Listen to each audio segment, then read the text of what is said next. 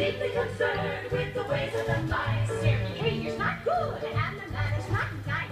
So when she has got them lined up on the matting, she teaches them music, crocheting, and tatting. I have a Gumby cat in mind. Her name is Jenny Annie Dots. The curtain cord she likes to wind and tie it into sailor knots.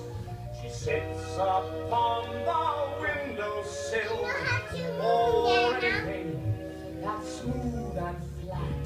She sits and sits and sits and sits, and that's what makes a Gumby cat.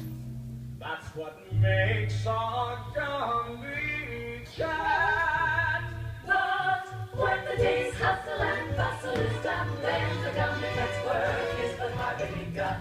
She thinks that the cockroaches Need employment to prevent them from I and want to destroy them. so she's